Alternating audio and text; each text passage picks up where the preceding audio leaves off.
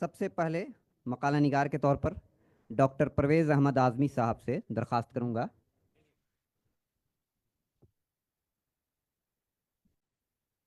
شہنشین پر تشریف فرما صدور حضرات،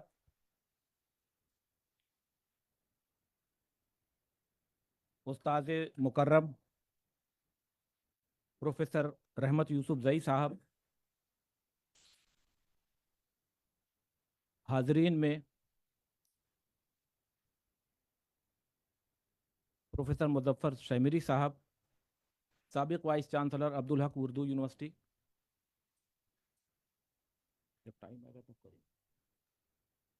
پروفیسر محمد زما آزوردہ صاحب، سابق ڈین یونیورسٹی آف کشمیر، اور تمام معزز حاضرین، آپ تمام کی خدمت میں آداب بجا لاتے ہوئے میں اپنا مقالہ پیش کرتا ہوں۔ مقالہ 3 حصوں میں ہے۔ پہلا حصہ مشینی ترجمے کا پس منظر بیان کرتا ہے۔ دوسرا حصہ مصنوعی ذہانت کے کچھ پریکٹیکل پر مبنی ہے کہ اردو میں مصنوعی ذہانت کہاں تک ہے، کیا ہو رہا ہے اور ہم کہاں ہیں۔ تیسرے حصے میں کچھ مشورے دیے ہیں، میں نے کوشش کی ہے، مشورہ دینے لائق تو میں ہوں نہیں، بہرحال کچھ کوشش کی ہے، تو میں شروع کرتا ہوں۔ مشینی ترجمے سے مراد کسی ایک فطری زبان کے مواد کا دوسری فطری زبان میں کسی app, software, website, مصنوعی ذہانت کے کسی پلیٹ فارم مثلاً Gemini, Copilot, ChatGPT یا ڈیپ سیک وغیرہ کے ذریعے ترجمہ کرنا یا کرانا ہے۔ یہاں فطری زبان سے مراد یہ ہے کہ وہ زبان جس میں ہم اپنے خیالات کا اظہار کرتے ہیں۔ مصنوعی زبان جو ہے وہ سی ہے، C++ ہے، جاوا ہے، جو کمپیوٹر کے لیے استعمال ہوتی ہے، لہٰذا اس کے لیے نیچرل لینگویج کہا جاتا ہے، اس کو کمپیوٹر کی زبان کہا جاتا ہے۔ عام طور سے مشینی ترجمے کو کمپیوٹیشنل لنگوسٹکس کا ایک شعبہ تسلیم کیا جاتا تھا، لیکن اب ایسا محسوس ہوتا ہے کہ بات اس سے بہت آگے نکل چکی ہے، کیونکہ پچھلے چند برسوں میں ناچیز کو یہ اجازت دیجیے کہ یہ کہہ سکے کہ پچھلے چند مہینوں میں ٹیکنالوجی کی دنیا میں جس طرح اور جس تیزی سے تبدیلیاں ہو رہی ہیں یا ہوئی ہیں، اسے دیکھ کر انسان انگشت بدندہ ہے۔ آئندہ دنوں میں اطلاعاتی ٹیکنالوجی کی دنیا میں کیا کچھ ہو سکتا ہے یا ہونے والا ہے، واللہ عالم بالصواب۔ مشینی ترجمے کی تاریخ پر اگر سرسری نظر ڈالی جائے کہ یہ کب اور کیسے شروع ہوا، تو ہمیں معلوم ہوگا کہ مشین کے ذریعے کوڈنگ کا تصور سب سے پہلے 1629 عیسوی میں فرانسیسی فلاسفر رینے ڈسکارٹس نے پیش کیا تھا۔ اس نے ایک عالمی زبان کا تصور پیش کیا جس میں 2 زبانوں کے ملتے جلتے خیالات والے لفظوں کو ایک ہی کوڈ کے ذریعے پیش کرنے کی تجویز پیش کی تھی۔ اس کے بعد سے اس سلسلے میں لگاتار کوششیں ہوتی رہیں، مگر مشینی ترجمے کو پیٹنٹ کرانے کی پہلی درخواست 1933 عیسوی میں ایک فرانسیسی انجینئر جارج آرٹسرونی نے دی اور 1933 عیسوی ہی میں اس کو اس کا پیٹنٹ مل گیا۔ مشینی ترجمے کی تاریخ بھلے ہی 17ویں صدی سے شروع ہوئی ہو، لیکن 20ویں صدی کے نصف تک اس کی رفتار کافی سست رہی۔ اس میں تیزی چھوٹے کمپیوٹر یا ذاتی کمپیوٹر کے آنے کے بعد ہی آئی، تاہم ماہرین اپنے اپنے طور پر زبان کو مشین سے جوڑنے کے بارے میں سوچتے رہے اور کام کرتے رہے۔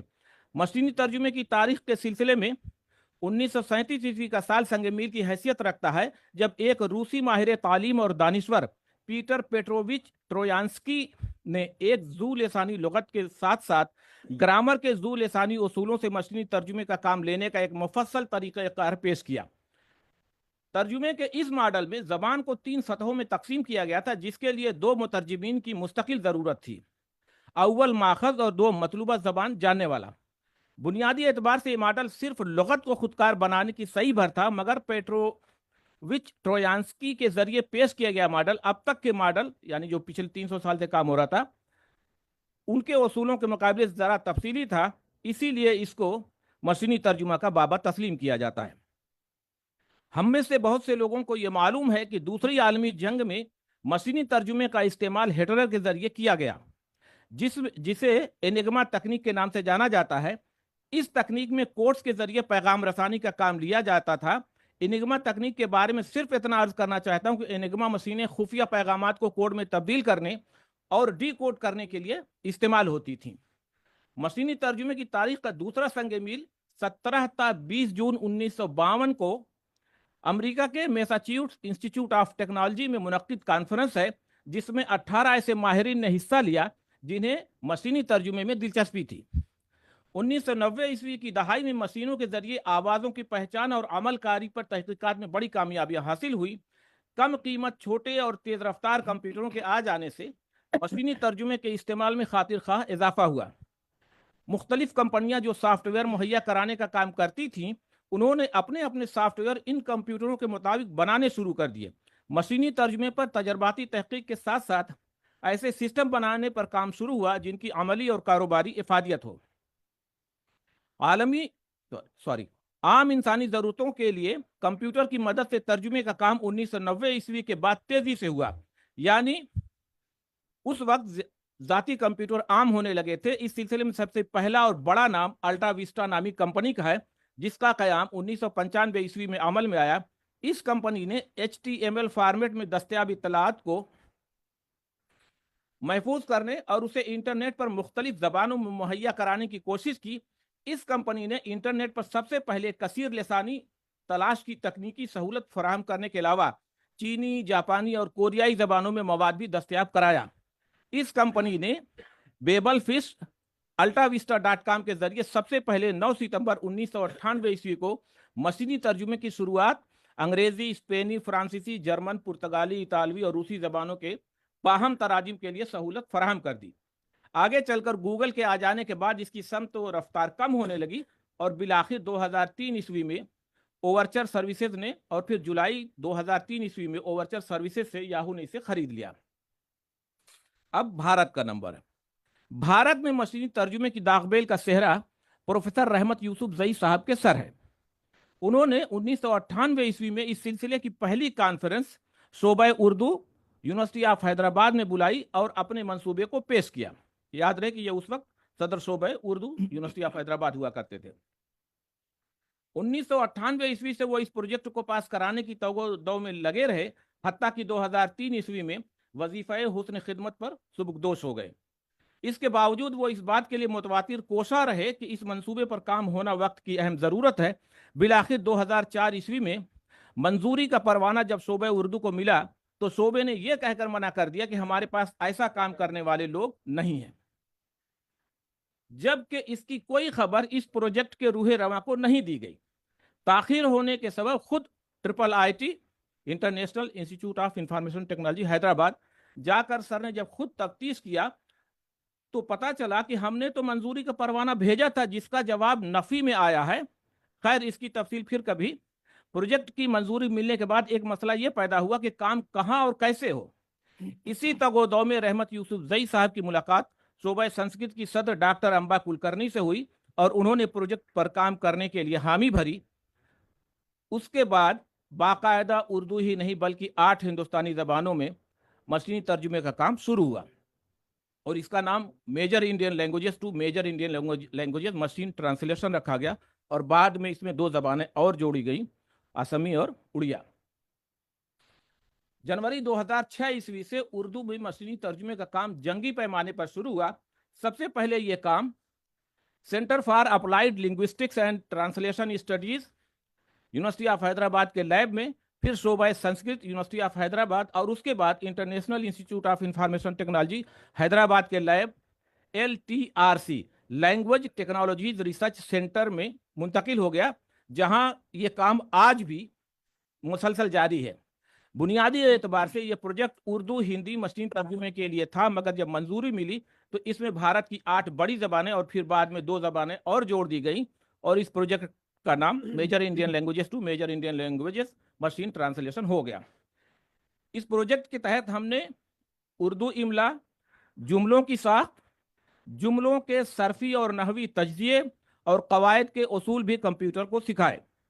واحد جمع کے اصول، متکلم، حاضر، غائب کے طور پر لکھے، املا میں صحت مند، خواہش مند، تاج محل، صورتحال، حتی الامکان جیسے لفظوں کو کمپیوٹر کیسے ایک لفظ تسلیم کرے، اس کے لیے بھی ہم نے اصول بنائے تاکہ کمپیوٹر اس کو سمجھ سکے۔ भाई जरा स्लाइड दिखाना।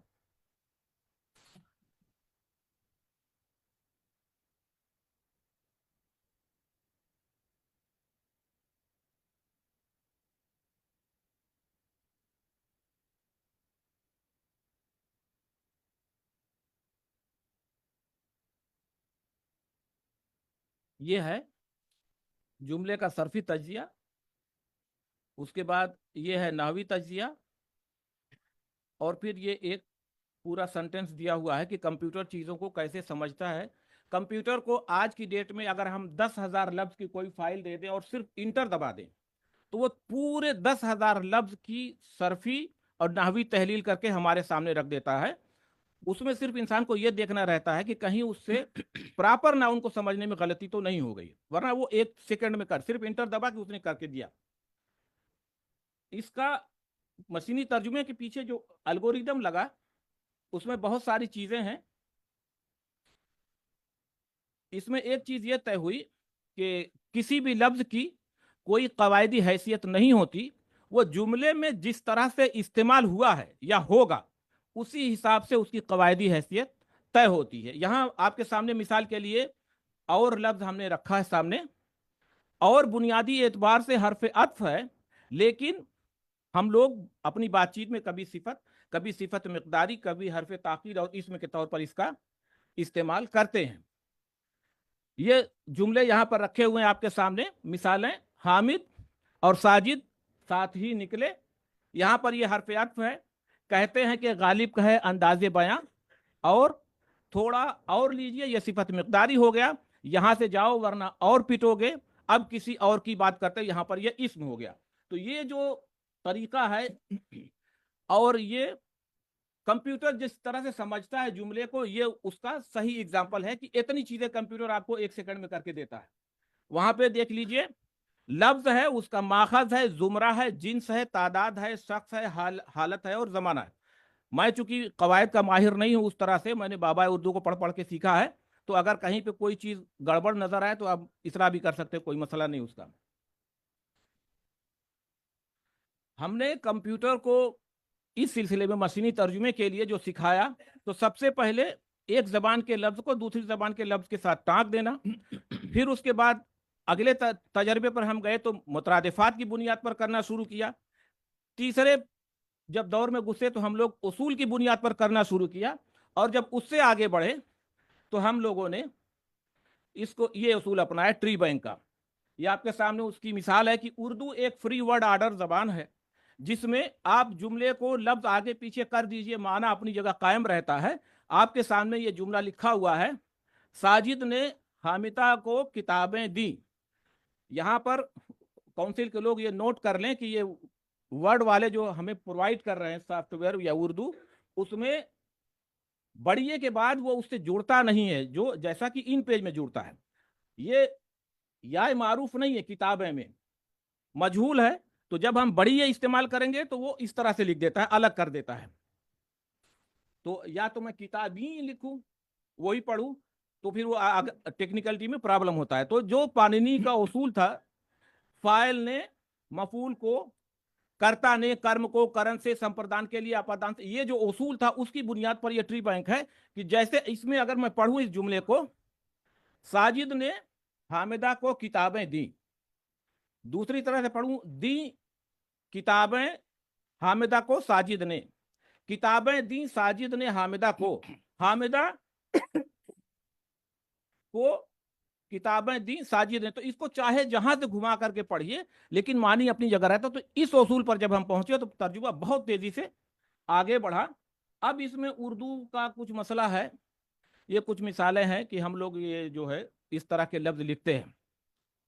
मिसालें आपके सामने है, आपके लिए मिला करके लिख दीजिए, तो अलिफ अलिफ मदा अलग हो जाएगा, पके लिए एक साथ चला जाएगा, जबकि लुगत में ऐसा कोई लफ्ज नहीं है।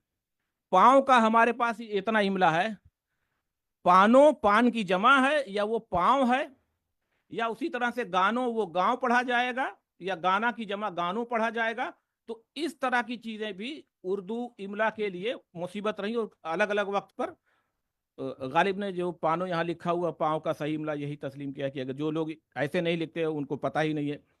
अब यहाँ पर जो ता जमहल लिखा हुआ है, तो ये ता जमहल तो है नहीं, वो ताजमहल है।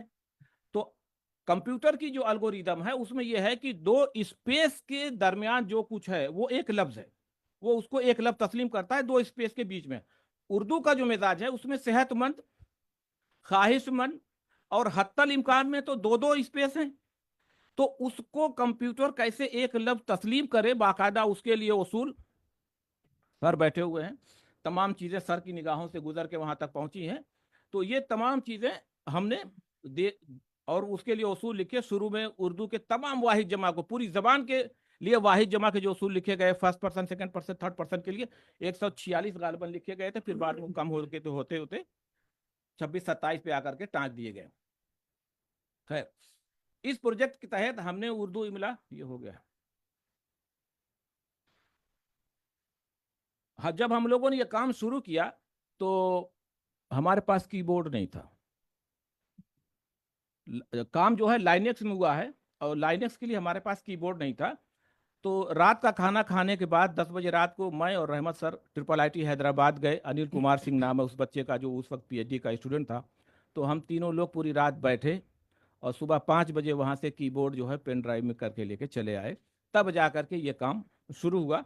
और अब इसमें बहुत, और वो कीबोर्ड अभी भी, उसका नाम रहमत कीबोर्ड है, और अभी भी उसमें दो कैरेक्टर डालने हैं, उसमें एक खड़ा जेर डालना है और एक उल्टा पेश डालना है। मैं सर से बार बार कहता रहा तो सर वो डाल दीजिए, हम ये पब्लिक के लिए आम कर देंगे। वो आफ्ताब कीबोर्ड के सिमिलर चलता है। लुगत के जो लुगत जिस तरह से हमने 1,39,000 वर्ड की लुगत उसके पीछे लगी हुई है, मशीनी तर्जुमे के पीछे। AI जो कुछ काम कर रहा है वो डेटाबेस जो उसके पीछे है, जो तमाम जबानों में जो फराम किया गया है वहीं से उठा के ले आता है। तो हुआ यह कि एक साहब सिर्फ लफ्ज लिख देते थे, अगला जो है उसका तलफ़ुज़ लिखता था, उसका अगला जो है उसका मतलब लिखता था। तो एक दिन हमने देखा कि हुआ ऐसा कि मैं चेक कर रहा हूँ लुगत, तो उन्होंने जो साहब बुनियादी लफ्ज की एंट्री करते थे, उन्होंने कुरान खानी जैसे, हाँ, मदरसे के बच्चे आके पढ़ते हैं हमारे यहाँ, उन्होंने उस मॉडल पे मतलब एक बार ऐसे पेज पलट दिया। अब वो 3 वर्ग चला गया, 5 चला गया, उससे मतलब नहीं, उन्होंने पलट दिया। वो कुरान खानी टाइप का एंट्री। हमने कहा भाई ये कुरान खानी नहीं है, एक एक लफ्ज जो है वो पता चल जाएगा यहाँ से छूट गया। तो उस वक्त हमने अपने लैब में 19 लोग उस वक्त काम करते थे और 3 उसमें सॉफ्टवेयर इंजीनियर हुआ करते थे। तो मैंने वहां पे लिखा था, आने वाली नस्लें हमको गाली देंगी हम अमलो। सारे लोग लैब में हैं, बड़ा सा व्हाइट बोर्ड हुआ करता था, आने वाली नस्लें हमको गाली देंगी हम अमलो, उनको जब मालूम ये होगा हमने काम बिगाड़ा है। तो उर्दू इमला, मेयारी उर्दू सिखाते सिखाते हमारा जब तजर्बा बढ़ा और 2.5 साल के बाद जब हम तजर्बा करने परखने की मंजिल पे पहुंचे कि अब परखा जाए हुआ क्या, तो हमारे होश ठिकाने लगे। खैर, सवाल जवाब में अगर आप लोग पूछेंगे तो बाकी बातें कर दूंगा, इसलिए कि वो जो प्रैक्टिकल करके दिखाना था मसनूई ज़हानत का, डीप सीक, थोड़ा सा वक्त दीजिए कि डीप सीक जो है वो चैट GPT, जेमिनी, को पायलट, इन तीनों से बेहतर काम कर रहा है, तर्जुमा भी अच्छा कर रहा है और जो इंफॉर्मेशन आप पूछते हैं उसका भी सही जवाब दे रहा है। एक मिसाल मैं आपको देता हूं कि जो मैंने टेस्ट किया है पिछले 10 दिन में।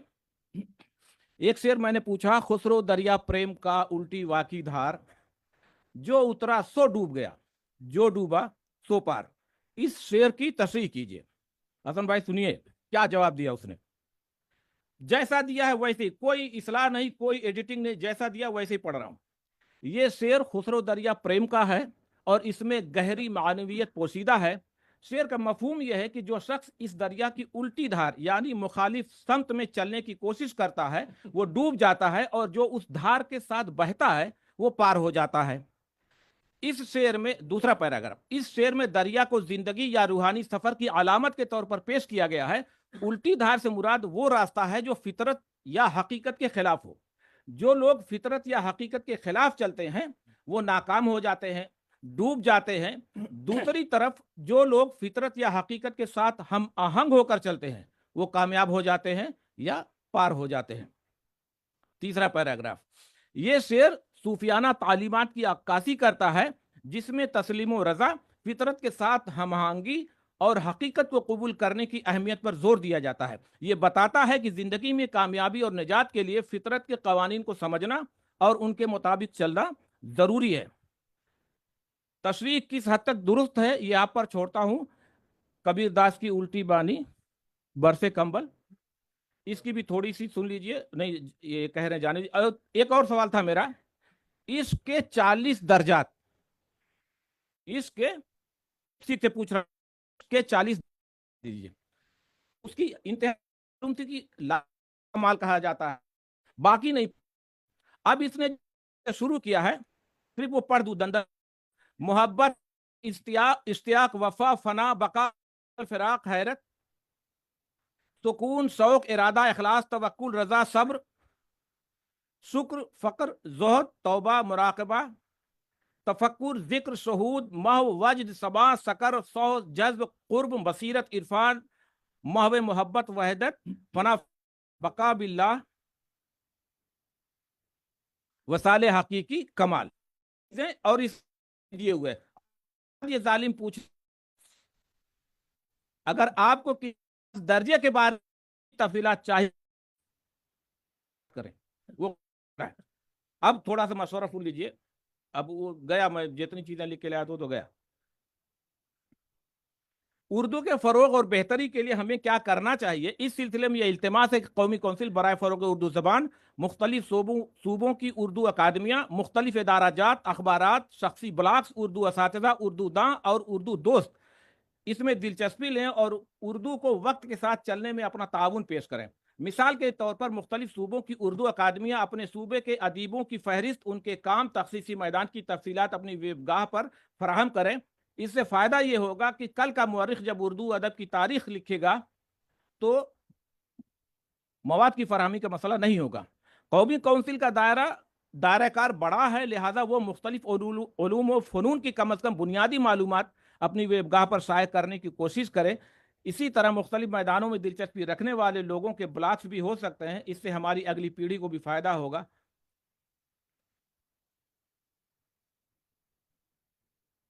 कौमी कौंसिल का और पूरी टीम का बहुत बहुत शुक्रिया कि उन्होंने मुझे इस लायक समझा कि मैं अपनी बात कुछ रख सकूं। और ये अफसोस है कि वो बातें अधूरी रह गई जो मैं कहना चाह रहा था। खैर, जिंदगी रही तो फिर कभी।